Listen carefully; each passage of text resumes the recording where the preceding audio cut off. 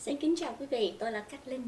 Ngày hôm nay thì chúng tôi có một buổi phỏng vấn với nghệ sĩ Philippa Phạm Hughes. Nghệ thuật mà Philippa sử dụng trong cái cuộc đời sự nghiệp của cô thì phải nói rằng là cô muốn nêu bật về cái giá trị nhân văn và xã hội.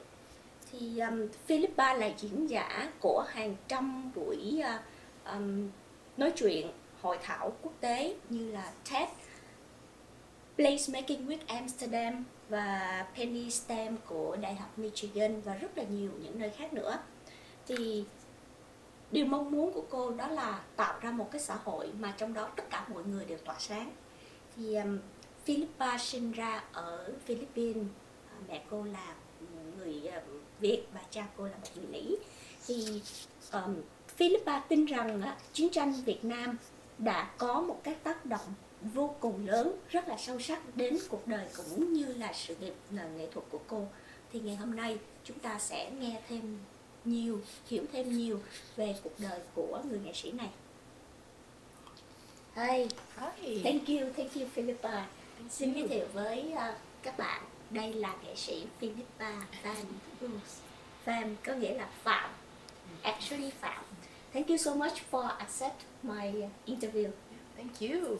And for starting for our conversation today, I mean, we will kick up your story. We'll kick up the month of Asian American, and start at the beginning. You were born in Philippines. Yes, I was born in the Philippines. My parents were moving around all over Asia for like the first 5 or 6 years of my life. Right. So we lived in Thailand, different parts of Vietnam, the Philippines. So we were all over the place. So can you tell us what those early years were like, and how they shaped to you today and it affect to your artist career? Well, we came to the United States in 1974. So those early years when we were still traveling around Asia and we lived in Vietnam for a little while, I was just a little kid, but we were around family a lot at that time. And so that really was important to me, to be around our family and to really feel connection to those people, because once we moved to the US, I had a lot less connection. It took a while before they came over, and some weird stuff happened with my parents. And so I feel like once we came to the US, I did not see them as much, and so I really missed that. And so I really treasure those years, being able to remember that I had this Vietnamese family. And once we moved to the US, because I didn't have, wasn't around them that much, I feel like I lost connection with being Vietnamese. And so it was much later in my life that I finally kind of found my way back to that part of who I am. Later to your life, when? Yeah, pretty recently, frankly. Very recently. And I think art really helped me to reconnect, because art is a way to express yourself and a way to explore who you are and what your role is in the world. And so art really did help me to reconnect with that part of who I am, because it gave me just not only a way to express, but also to connect with other Vietnamese Americans and Vietnamese people, and seeing how they were expressing through art. And so I just learned so much, not just from my own exploration, but through other people's exploration. When I did the research about your profile, I read one sentence. You said you spent most of your formative years not having any friends or real family around. Mm-hmm. Is it the time that, can you say more about that time? Because during my research, I found that all the issue or the events that you been through your life, like I feel like I just read it in the fiction. Mm-hmm. So how did this deeply personal chapter influence your work and your identity? I say Philippa, artist Philippa, fan Hughes today. Can you tell me about that? Yeah, thank you for reading so carefully. I had to. Yeah. Well, like I mentioned, we moved around so much. And so I think that was part of the reason why I did not have a cohesive community. And that contributed to me feeling, a sense of loneliness and a sense of not really belonging anywhere. We were just moving around so much. And, and one of sort of the most significant things that ever happened to me was the fact that my father did, he basically kidnapped us. And we were living in this remote village in Alaska with nobody around. And so I think that was one of the most significant events that made me feel very cut off from community and family and the world. And so that's sort of what I mean by growing up in this way that felt disconnected, the sense of loneliness and not belonging, like I said. And so I do think that, that was so formative to who I am that, some people might describe me as this ultra social, ultra extroverted person. I probably have gone to the extreme, and a lot of my art is around making social connections, bringing people together. And when I started thinking about that makes sense. I spent my whole life feeling disconnected. So now my whole art practice is around connection. You just say your father kidnapped you and your siblings. Do you mind if I have a little bit curious about that? Why do you go kidnap? Well, and how did you escape? Yeah, I mean, kidnapping is kind of a strong word, and I don't really quite know what the word is, but he took us and did not tell my mother where we were. I see. That's why I call it kidnapping. Right. Okay. And she had to hire somebody to find us. And then when she found us, there was this big court case, and this judge had to decide who we were going to live with. So yeah, I mean, that's why I call it kidnapping. She didn't know where we were. I see. You think that the Vietnamese, the ending of Vietnam War, affect into you a lot to shape your identity or into your artworks. How is that? Well, I mean, the war, I think, just the fact of war has an impact on anybody who lives through that. And I mean, I know that I didn't see, I wasn't part of the fighting, and I was just a little kid. And I feel very fortunate that because my father was an American, I was able to come to the US very easily. I had an American passport. So I know that I have a lot of privilege in the way I experienced the war, but the way I feel that I have experienced a certain level of trauma is that my family experienced that, especially my mother. And she this is what happens, is it gets passed down to the next generation in different ways. And so I do feel an effect of the war because of that, because it profoundly affected her. And so that got passed to me. And I do think that, my father wasn't a soldier, he wasn't fighting, but you can't not be affected by the violence that's happening around you.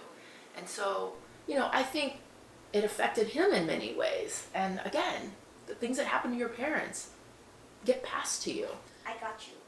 So you created the project, Hey, we need to talk. The other one is around the table, Vagabond, which are all the exhibitions that engage art and humans, promote human flourishing. Especially for Vietnamese method. And now I understand why. So your work often confronts political themes. Is it right? Or well, maybe confront is a little strong. Right. Okay. I mean, you the work that you feel comfortable. Yeah. I mean, what I'm trying to achieve is understanding and greater empathy for each other and to see each other as human beings. Yes. So yes, we live in a world of politics And we certainly, and you know, like we kind of talked about earlier, Yeah. you know, it's easy to kind of ignore what's happening in the world because, you know, maybe you don't like it, you know, whatever, but we do need to confront what's happening in the world. But for me, I'm not trying to create a situation where we debate or, you know, argue about politics. I want people to come together and try to understand each other in a context of politics affecting us. But it's not about the politics, it's about our human connection. And so every project that I try to create is about trying to have that dialogue. Now, you know, the hey, we need to talk, and around the table, and those kind of conversations usually happen around a meal, because we know that like when we have a meal together, that helps us to see each other in different ways.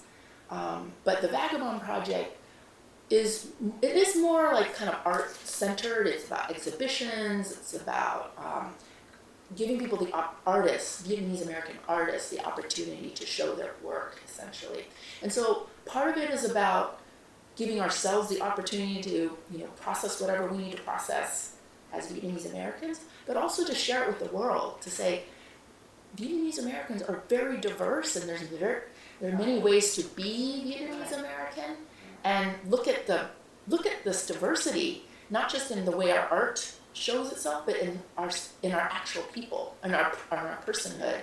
So, you know, it's like some people came to the U.S. in 1975, in the 80s. Some people like me don't even speak Vietnamese, but I feel, you know, I'm feeling more connection to that heritage. So anyway, it's a whole variety. Yeah. So yeah, before we talk more deeply about Vagabond, I have a question. Still, politics and art. For me, actually, politics is social life, social human being, the dignity, the way how we live in nowadays. It affect a lot of our life. So that's why I have to say, when I read your opinion article on NPR, right, about Kennedy Center, right on time, I have to say that I really appreciate your point of view. So I want to ask the question about the article, which is express your point of view about the Kennedy Center by sharing your opinion about the meaning of art seen from the political angle.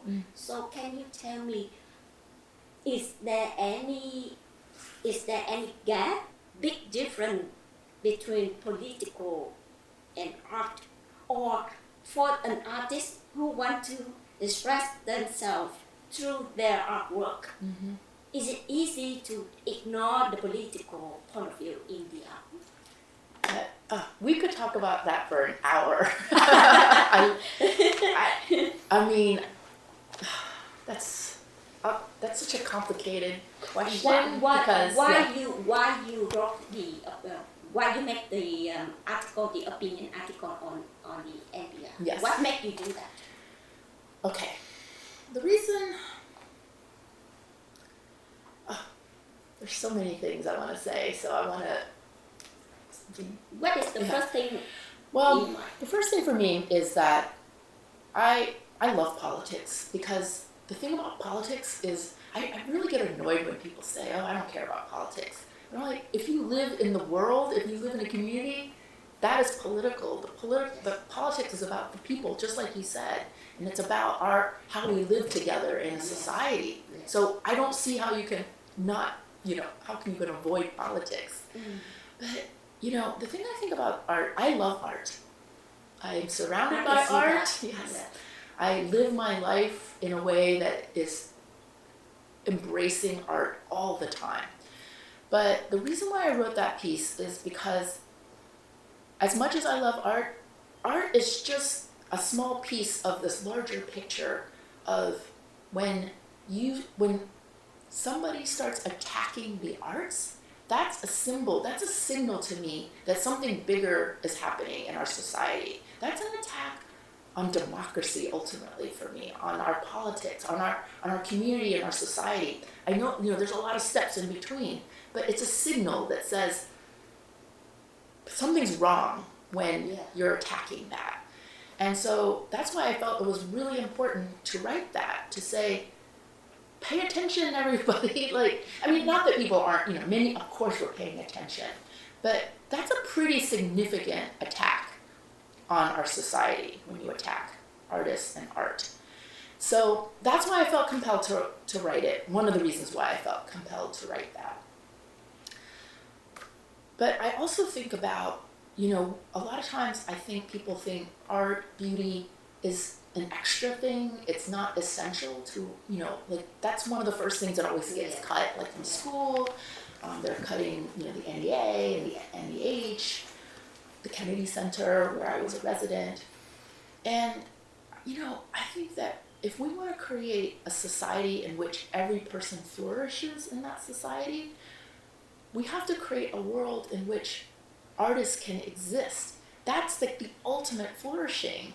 That's when we know that our society is ultimately flourishing, is when all of our baseline needs are met and people can create art, that we can create beauty in the world. And so that's one thing I've been thinking about more recently. I just curated an art exhibit actually called Beauty is What We're Fighting For, because I want to fight for a world where not only beauty can exist, but it must exist, and that we're able to create beauty. And the only way to have that world is when the basic things, our freedoms are not taken away, our rights, that we have our rights, we have economic stability in the world, we have basic economic ability. So that's what I'm working toward when I started writing those pieces. Yes, I agree. You're right.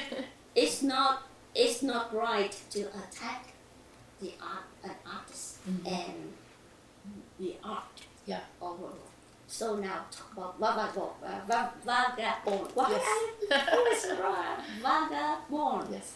I'm waiting for your explanation and introduce that one.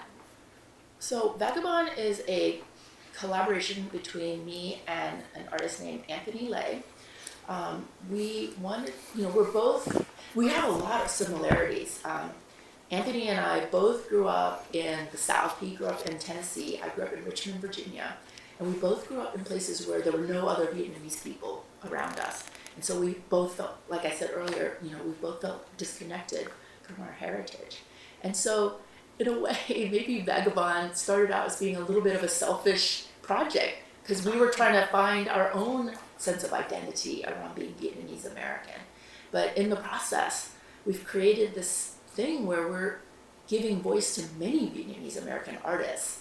And they're, visual artists, poets, a comedian, musicians, and it's all different art forms being produced by these amazing artists and showing what it looks like when Vietnamese American artists are flourishing. This magazine, this zine that you're holding in your hand, was our very first project. So it features 13 Vietnamese American artists, and they're like little mini profiles of each artist. So it shows their artwork, and each artist was asked to write a letter to their younger self, to kind of have this sort of connection to, for me, I thought about it as this sort of younger self who was suffering in so many ways, and to say, it's going to be okay. Some of the artists in this project, Vagabond, they not only live in US, but they are around the world. No, they're all US based artists. They're all US based, yes. How long have you and the other artists? Yeah, we just started. So this came out last summer, and then we right away had an art exhibit, and then had another art exhibit right away, right within less than a year in January. It was called 50 Years of Hope and Ha-Ha. So it was meant to commemorate the end of the war. The title of the show, Hope and Ha-Has, is actually from a poem written by another great Vietnamese American poet, Ocean Vuong. It's a line from one of his poems. And then we were planning a show called Saigon by Night that was going to be inspired by Paris by Night. I heard about Saigon by Night show. Is it with continue or? Yes, so originally it was supposed to be at the Kennedy Center. I heard that. Yeah, and then it got canceled. Yeah. But we quickly were able to find a new venue. So we will have it on September 20th at the Pearl Street, which is a venue in the Wharf. It's like a music venue. So really excited that once people heard what happened, like it got canceled, and once people heard what happened, so many people stepped up to help us. So we were able to find the space really easily. September 29th. 20. September 20th. Mm-hmm. Wow. So as a Vietnamese and American artist, how do you navigate the tension and the riches belong to culture? Is any struggling during your art career? Yeah, I mean, there's a lot of tension.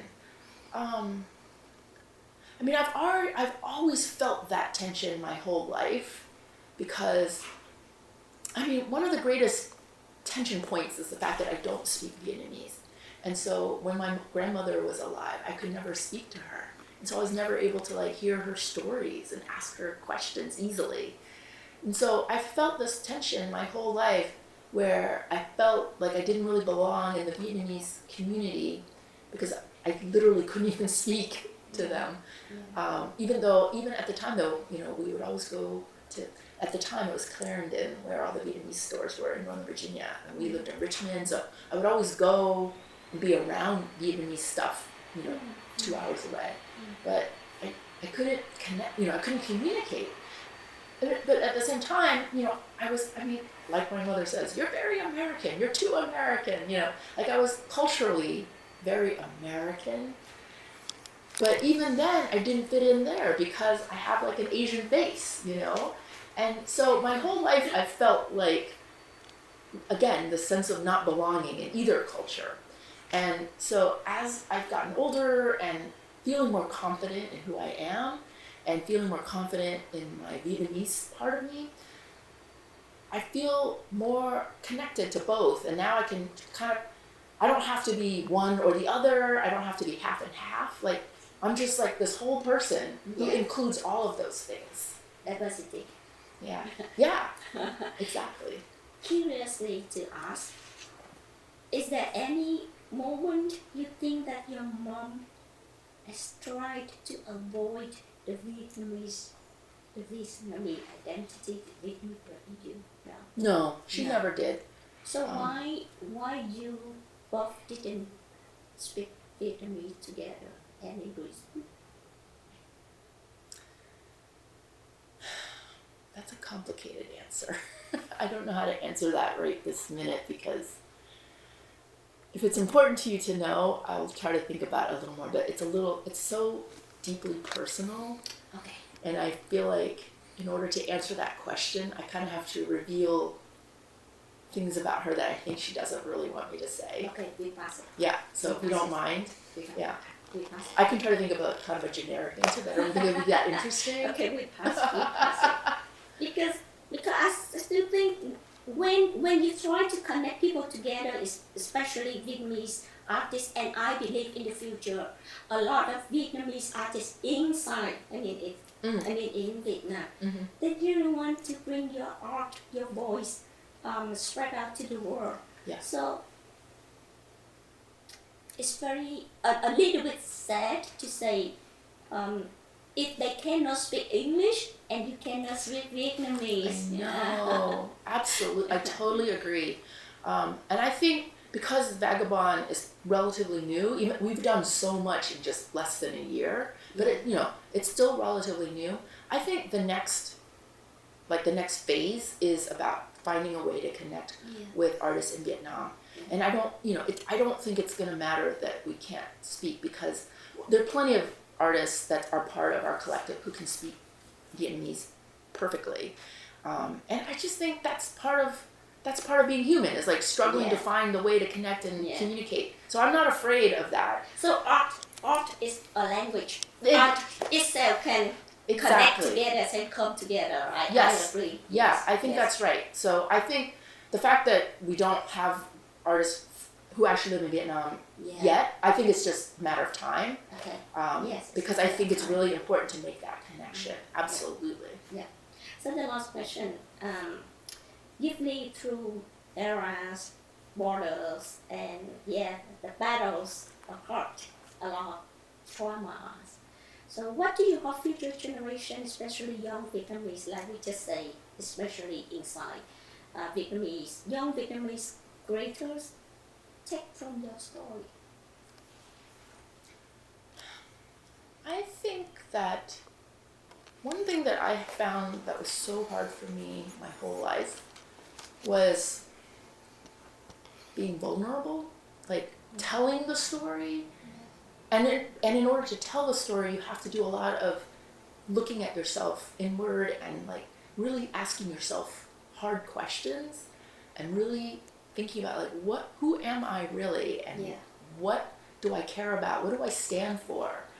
And it's when I did that conversation with myself and then was willing to tell others about it, that's when I felt like I became a more full human being, and when I started to feel like I was really flourishing.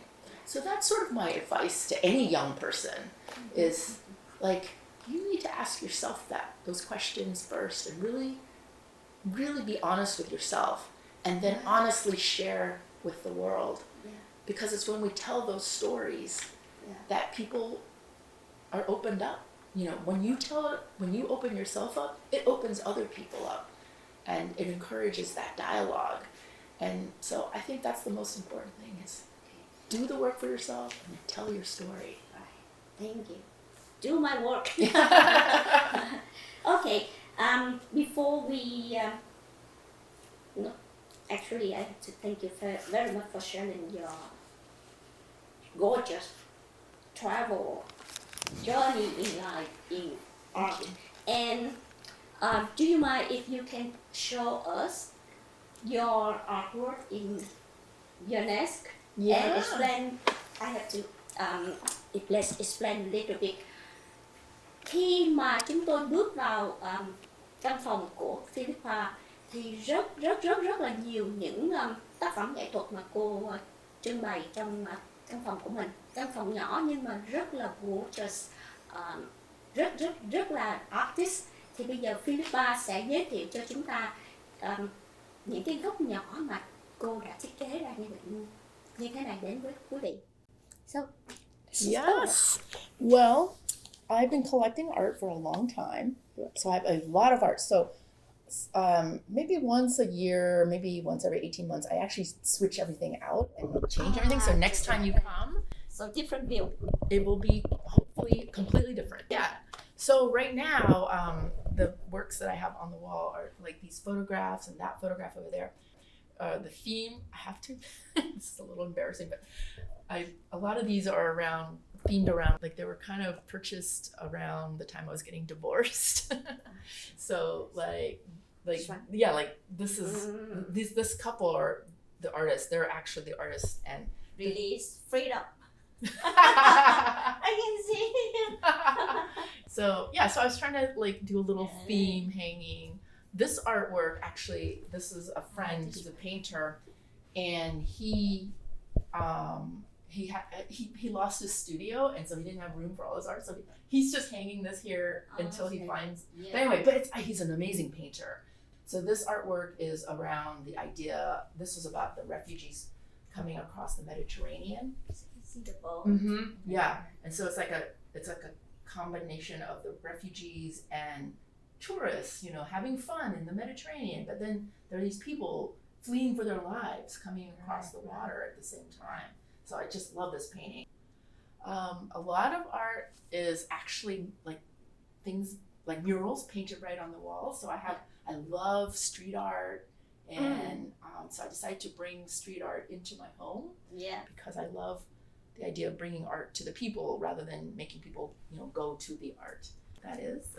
Chúng tôi sẽ giới thiệu với quý vị một cái góc rất là dễ thương của Philippa, vô cùng là sáng tạo. Thì có thể nhìn, mình sẽ xem và sẽ thấy rằng là nghệ thuật là không có giới hạn.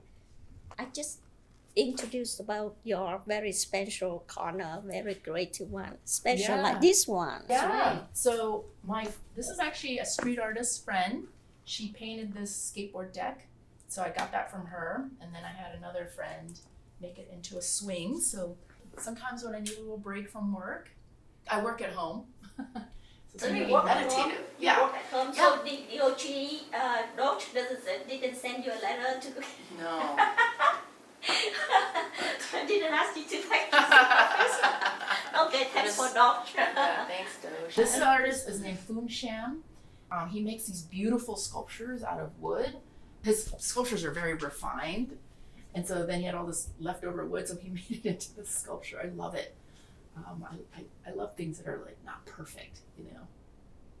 Quý vị đã thấy đây là cái tổ ấm, có thể gọi là một nơi sáng tác của Philippa. Thank you so much for your time. Thank and you. Appreciate for what you bring to Vietnamese American community. Thank you.